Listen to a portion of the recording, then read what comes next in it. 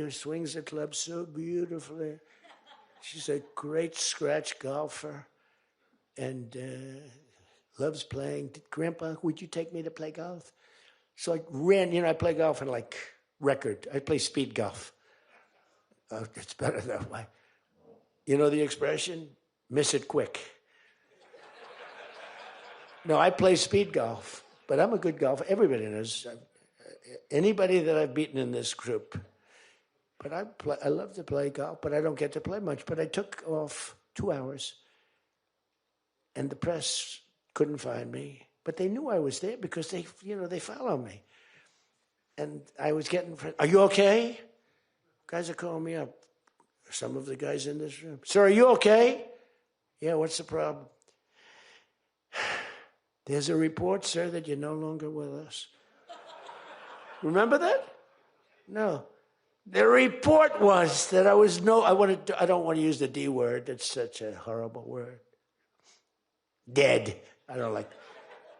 There's a report, sir, that you're no longer with us. I said, well, I just hit a 280-yard drive. This isn't bad. And, it's one of the, and it took me a couple of weeks to get that one straightened out. The new one is they did a report in the fake news New York Times where I worked this day from early in the morning till late in the evening, but we don't give out a full schedule. It's like who the hell wants to give out a schedule to these people? But it's all work. And this, in particular, this day was brutal. I never got to leave the seat. You couldn't do anything. It was just one after another after another. And this went on from early in the morning till late in the evening. And my people gave out a report. He had lunch. They show a report, lunch with somebody. And they did a story. Donald Trump is slowing down. He only had lunch. And then he went back up. And they said, that's malfeasance, whoever did, right? No, it's terrible. I was actually more angry with my people than I was with the New York Times. But they wrote a story. And it takes you a period of time to recover from these hits. And it's almost no matter what you do, but you have to keep a positive eye. But we have a fake press. We did a thing that's so incredible on medicine that nobody has ever done it. Reducing favored nations, most favored nations, we reduced the cost of medicine at levels that have never even been dreamt of before. We should win the elections on just that thing if we did nothing else and went home, go home. We did favored nations where we're bringing down the price of a pill. As an example, in London, the pill sells for $10. In New York, it sells for $130.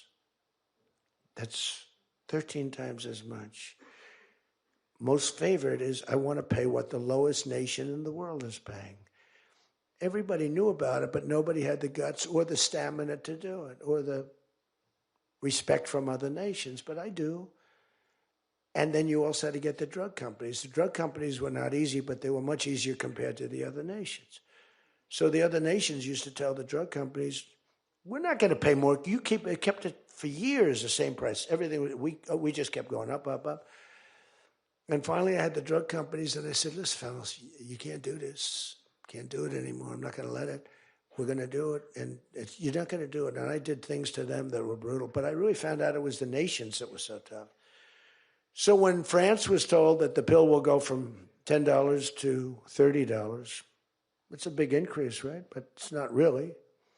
And that ours would come down from $12 or $13 down to $30. So theirs would go from 10 to 20 or 30. And ours would go from $13 down to, meaning $130 down to 20 or 30. So it's a huge drop for us. Now, depending on the way you calculate it, it could be thousands of percent down. It could also be 90% and 80%. There's two ways of calculating. I don't know if you know. They said Donald Trump exaggerated. Now, there are two ways of calculating it. But calculate it at 80, 90%. But the other way is more accurate, like 900%, because that's what it really is. But there are two ways, but use to be generous, 90%.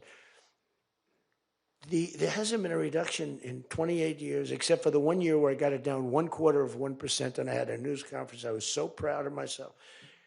The drug prices, prescription drugs, are going to be down by thousands of points. Thousands. On that one item, you should win this election.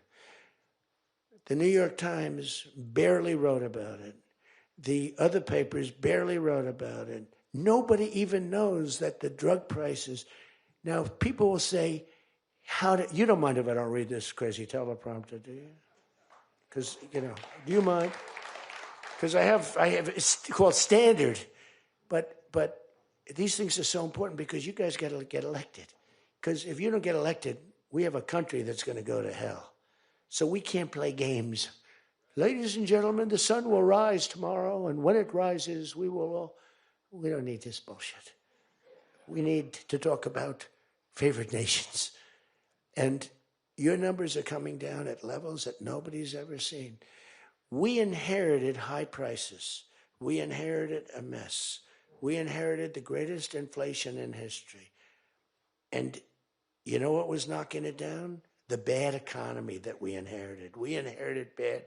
We now have the hottest economy in the history of our country. We have $18 trillion being invested in the United States. You have, every one of you have car plants, AI plants, plants of all different types. Because of tariffs.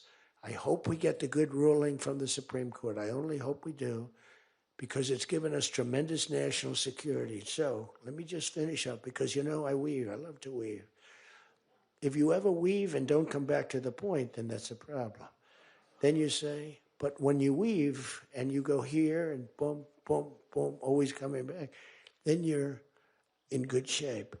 But what's happening is, by doing what I did, we're getting numbers that are so low. But what did I do to the countries? I said, France, your health care for prescription drugs is going to go up triple. It's going from $10 a pill, just as an example. I called it the fat drug. You could say the fat drug, Josempic. Josempic is $80 in London, and it's $1,300 in New York. The fat drug. A friend of mine called me up. He said, what the hell is going on? A very rich guy, but I said, the fat drug doesn't work on you. Why are you even taking it? The drug has failed miserably, but he's a very loud, boisterous. He's not a bad guy, not a great guy, smart as hell. But he's a very rich guy. This drug, he could have paid millions for it. It wouldn't have mattered. But he said, in London, I'm paying $80. In New York, I'm paying like many times more than that. What the hell is that? That's because of what's happened. Because the nations held us back. So the drug companies, I had made a deal with them. You're going to do it? They said, whatever the nations agreed to. The nations were a bigger problem than the drug companies. So I said, you tell me they'll never agree, sir. I said, 100% they will. 100%. They said, sir, the smartest guy, Eli Lilly.